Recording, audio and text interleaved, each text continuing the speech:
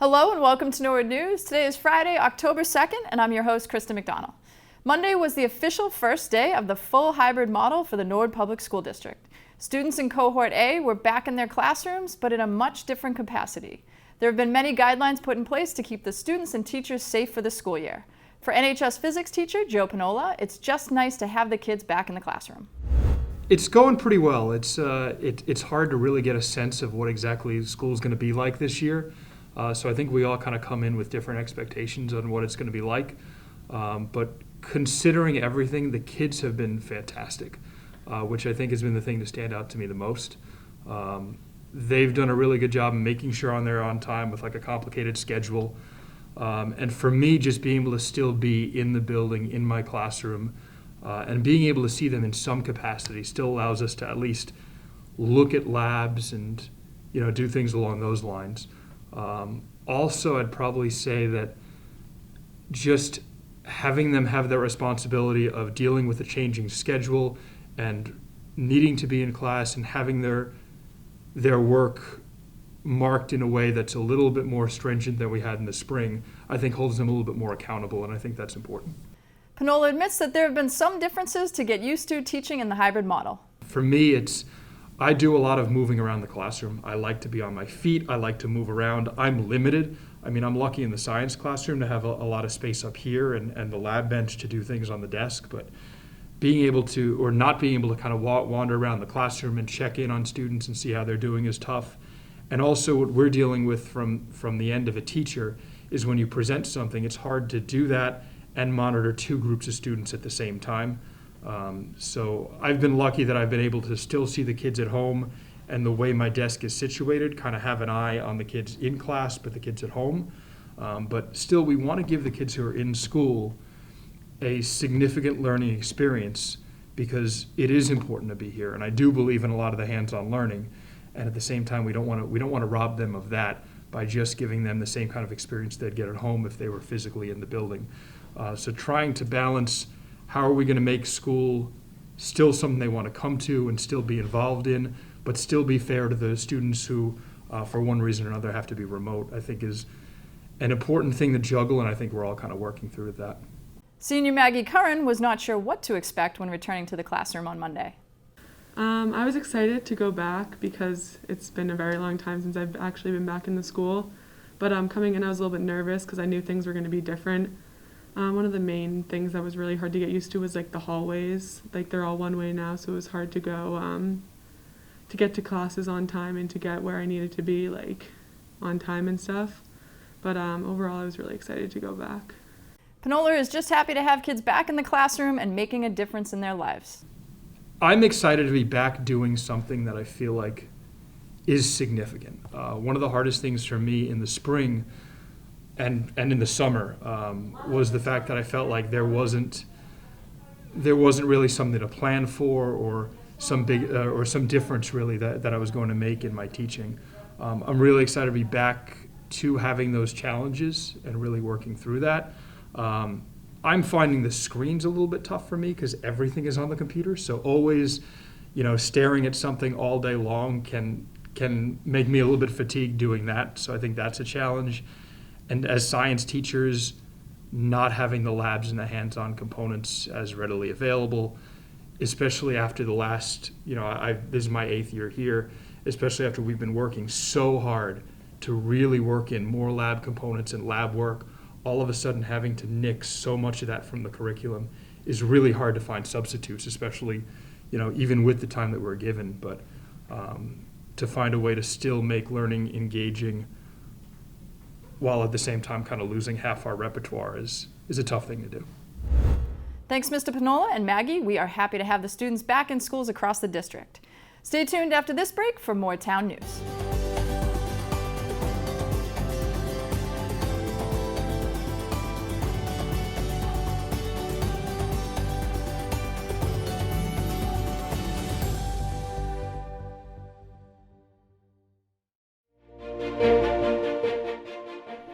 Hey Norwood, Aubrey here, and excited to announce the launch of the Impaction podcast, inspiring meaningful prevention through action. I know that substance use prevention sounds kind of boring, but I actually find it really exciting. It gives me a chance to engage with the community to create a healthy environment for youth and adults alike.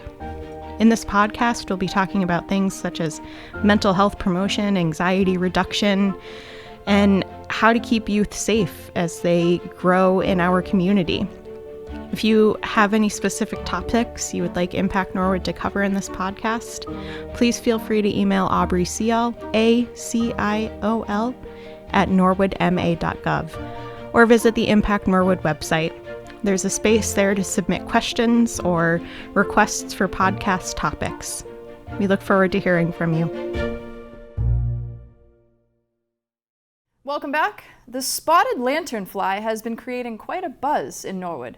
For more information on this pesky pest, we go to Brian Boudreau.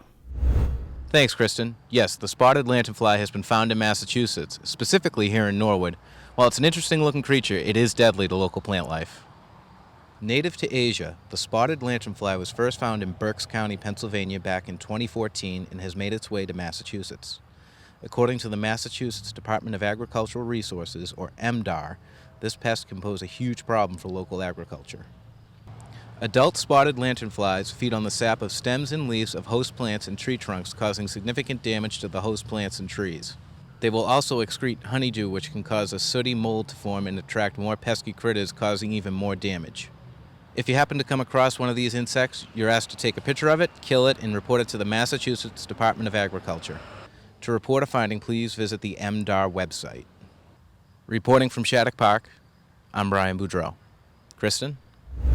Thanks, Brian. As the wildfires continue to burn across the West Coast, emergency crews from across the country have traveled to the hardest hit areas to lend help. One of Norwood's own firefighters, Michael Chisholm, was part of the crew that traveled to Oregon for emergency response. I am on the Beverly FEMA Urban Search and Rescue, which is Massachusetts Task Force 1. We're one of 28 teams that get deployed throughout the country to both man-made and natural disasters. So we were deployed to Oregon, south of Portland. They had a lot of wildfires raging basically everywhere on the West Coast. We were sent to help kind of assess structures, go through neighborhoods that have been affected by the fires. We were out there with a couple other task forces. Basically, we were going and accounting for structures, cars, where we were actually staying. There were a lot of the evacuees, and we were getting to talk to them, and it was unbelievable. The destruction out there, and a lot of people said they didn't even have time to think. They just had to get out. The fire was moving so fast. Firefighter Chisholm had many takeaways from his FEMA trip to Oregon, but one thing stuck out in particular. To be honest, one of the biggest takeaways was just really know what you have around you, know your surroundings. I mean, a lot of people, when they were evacuating, they said it was a big help with the local sheriffs, the local police department, the fire departments. They were able to get them out. As far as destruction with wildfires, we don't see them often out here. But the biggest takeaway I saw was neighbors coming out and helping each other. It was amazing. We'd be driving down the street, and there were collection points and donation points, and all the evacuees we talked to, they were very well taken care of by their neighbors. So look out for each other, really. Thanks so much, Firefighter Chisholm. And now we're going to toss it over to Brian Dunn with sports. Hello everybody, welcome into the sports update for this week. My name is Brian Dunn, and for the first time since early March, if you can remember what the world was like that long ago, the Norwood High School Mustangs were in action in sports. It was a long journey to get to the start of the Fall 1 season, with competition officially kicking off last Tuesday as the Norwood golf team hosted Millis at Norwood Country Club. Norwood takes home the W with an overall score of 257 to 270. We caught up with Captain Shea and Coach Chuck Allen after the match. I think it's just great to have sports again. It was good to see a high school match come on. To get the kids out here and have fun. It was great to get a win for the first kids for the first time, and our captain Jared Shea shooting 37 today, and a couple other kids, Erin Sullivan shooting 41, and Kevin Sopel shooting 40. So they came in at the end, and they got us over the top. We got to have a match Thursday. Our next two matches are away. We just got to be more consistent off the tee. Some of these kids played great yesterday, and today, they had a bad round. It's the amateur golf. Kids are going to make mistakes, so it's just getting out there and playing. That's all.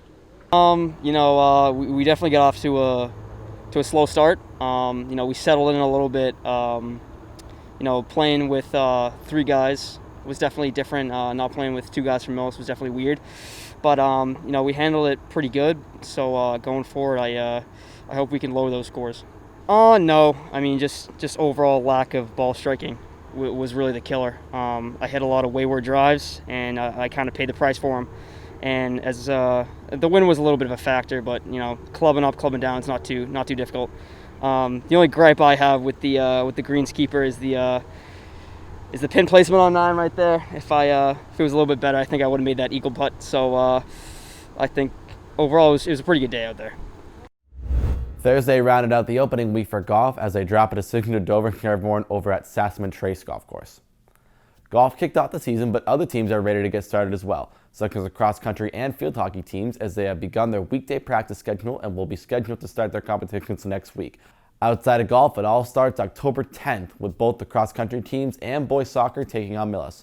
We're excited to offer you all the live coverage starting next week, and we'll update you on more scores next week. Thank you, and Kristen, back to you. Thanks, Brian. This week in school news, we will highlight the safety changes at the Coakley Middle School. The CMS is operating on a hybrid full-day schedule. Here is Principal Dr. Margot Frasick with an update.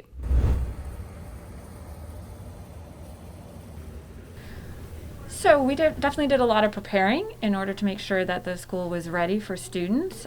Today is our first day with our Cohort A 7th and 8th graders.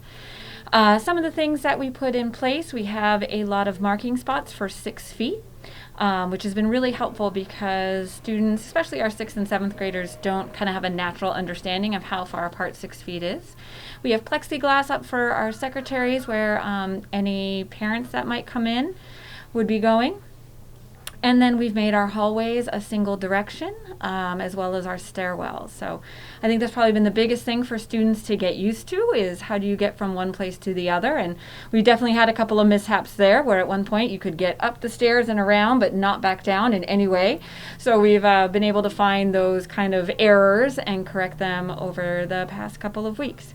I think probably the other major change that we've made is for drop-off to make sure that we're not having all of our students come in one entrance. We have a drop-off for the bus, and then we have an 8th, 7th, and 6th grade spread on the front of the school, both to help with traffic so we don't sort of have all of the cars going in the same entrance, as well as making sure that we have students spread out between 3 entrances. And I would say the other the most difficult aspect to really figure out was lunch, because we're serving lunch here at the middle school. We have anywhere from 90 to 130 students having lunch at a time. So we use the great outdoors a lot, which is fantastic. And my custodians did an excellent job of marking the sidewalks outside, the grass outside. They put tables outside that are marked with 6 feet of distance for students to sit at. And I have to tell you, last week our 6th graders did a great job. They knew as long as they were sitting and stationary, they could have their masks off so they could be eating. They also knew that when they got up to throw trash away, when they got up to go to the back field area to walk around, that mask had to be on and 6 feet apart. So all of those things together is really creating a safe environment here. Our students also, they don't pass classes, they don't change rooms very often. Only occasionally teachers will come and take them out of the classroom to go to physical education or to go to STEM. But it's actually, for the most part, they stay in the same space, which minimizes traffic in the hallways. And that's probably one of the most concerning areas for us was the hallways, just because we have a number of students and our hallways are not designed for 6 feet of distance. So I'd say those are kind of the major ways that, physical ways that we've made the school safe, as well as dividing into our 2 cohorts. Our teachers have done a great job talking to students about masks, emphasizing hand sanitizer use, emphasizing washing their hands, and talking about those daily checks that we ask students to do at home. And this year, unlike most years, we just ask that families really assess if a child seems like they're unwell. Please take that extra precaution and have them stay home, and we'll make sure that they get caught up on anything that they might miss. In government, the planning board met on Monday evening. The agenda included a site plan review of the Cap World site on Route 1 and final approval of the site plan for the Big Y redevelopment. The Cap World site plan review was continued to October 19th, and the Big Y redevelopment site plan was approved unanimously by the board. The bulk of the meeting was spent discussing the 10 proposed zoning bylaw amendments that may go before town meeting members at the November special town meeting. We have 10 proposed zoning amendments, and the large number is attributed to the fact that this is really a year and a half's worth of effort instead of just 1 year. As you know, the annual town meeting was the zoning articles were postponed, and so we've had more time to add to the list of things that we would like to change in the zoning bylaw. Public hearings on these proposed zoning bylaw changes will be held at the next planning board meeting on Monday, October 19th. Mr. Halkiotis also reminded Norwood residents of 2 grant programs for those enduring an economic impact from the pandemic and recession. I do want to remind folks that we currently have 2 grant programs that are available for people that have been suffering economic impacts related to the pandemic and the recession that followed. We have a housing grant that can provide housing assistance to people that are having trouble paying their rent or mortgage. If they are income qualified, they can apply for grant funds of up to $4,000. There's information on the housing grants on the planning department's webpage. The other grant program that we're continuing to work out is the micro enterprise grant program, where income eligible businesses can apply for grant funds for up to $10,000 if they demonstrate that they've suffered economic impacts related to the pandemic. Information on that grant program is also available at the planning department's website. For more information on these programs, visit the Town of Norwood website. From the community room of the Public Safety Building, the Board of Selectmen held a joint hybrid meeting with the Planning Board. Ted Brovitz, a consultant for the Planning Board, presented a Route 1 zoning study along with Town Planner Paul Halkiotis. After the presentation, the 2 groups discussed parklets and a violation of the Upland Woods subdivision. The Selectmen then took up new business after the joint meeting. The first order of new business was to set dates for the upcoming town meeting. Melville Hill has checked with the high school, and we have reserved November 12th, 16th, 19th, and the following Monday, I think that might be the 23rd. Our reserve with the high school for the gymnasium. Have had a discussion with the moderator, actually just this afternoon. It seems to have no issues with any of that, so we're free to go forward. There's a list of some likely articles, and some have to do with budgets and appropriations that are necessary, and others have to do with zoning, such as we're talking about tonight, and other matters. So motion to set town meeting as described by the chairman. All in favor? Aye. Opposed? Unanimous. Thank you, Ms. Maloney. The Board of Selectmen will meet again on Tuesday, October 13th. Thursday night, the Capital Outlay Committee met with a number of items on their agenda. To begin their meeting, the committee reviewed the 2020 Capital Improvement Plan and made a number of changes and additions. Following the Capital Improvement Plan, the committee began discussing the Infrastructure Improvement Plan and made the necessary recommendations. The meeting ended with a discussion of other business. The next Capital Outlay meeting will be in the following weeks. For complete government coverage, tune into the NCM Government channel or watch it on demand at norwoodcommunitymedia.org. Stay tuned after this break for more town news.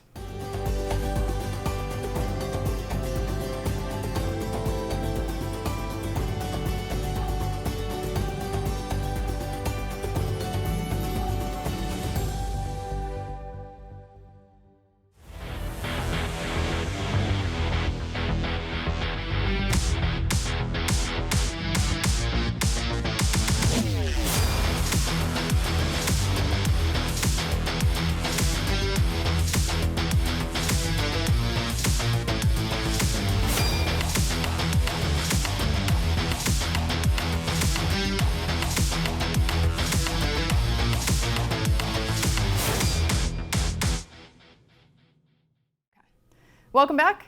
Norwood has been hit particularly hard in 2020 with not only the COVID pandemic, but the flooding of Norwood Hospital on June 28th. Many businesses have given back to those that have been hit the hardest. Delaria Hair Salon recently announced that they will be providing free cuts to the first 500 nurses that sign up for this offer. So my name is Rochelle Petrillo. I'm here at Delaria Salon in Norwood. We're at 20 Broadway Street, and we're running a promotion for Heroes haircuts for all the nurses, giving back to the community because they've given so much to us throughout this pandemic. We have offerings of outside haircuts. If anyone still feels unsafe to come into the salon, we can accommodate them outside as well. Petrillo believes it's important to give back in these times. Well, they were on the front lines through everything, so we feel we can do our part to give back to them a little something. If you are a nurse or know one that would be interested in this offer, there are a few ways to contact the salon. They can contact us by phone, 781-762-8050, or we can have them book online on our website at delaria.com. Last weekend, the Health Department and the Board of Health held one of their annual events, Hazardous Waste Day. After their spring event was canceled due to COVID, the Health Department worked hard to put together a list of guidelines so the fall event could still happen. We're down here at Hazardous Waste Day, where we do it twice a year. We collect electronics and hazardous materials, as well as some of the other items that are collected every Saturday down here on Winter Street at the recycling facility. There's two great benefits to our residents. It's not only to be able to dispose of it, but also to get the hazardous materials out of your house. So we're helping the environment, but also avoiding any accidental exposure to you and your families. So it's really important to dispose of this material properly. Well, just like anything else with COVID, it's taking a little longer because we do have to monitor the social distancing and be a little more careful down here. So we do have a long line, but we're doing our best. We have heard that it is pretty efficient once you get down to the site. Well, that's all for Norwood News. To stay up to date with Norwood Community Media, follow us on Facebook, Twitter, and Instagram. As always, thank you so much for watching. Have a great weekend.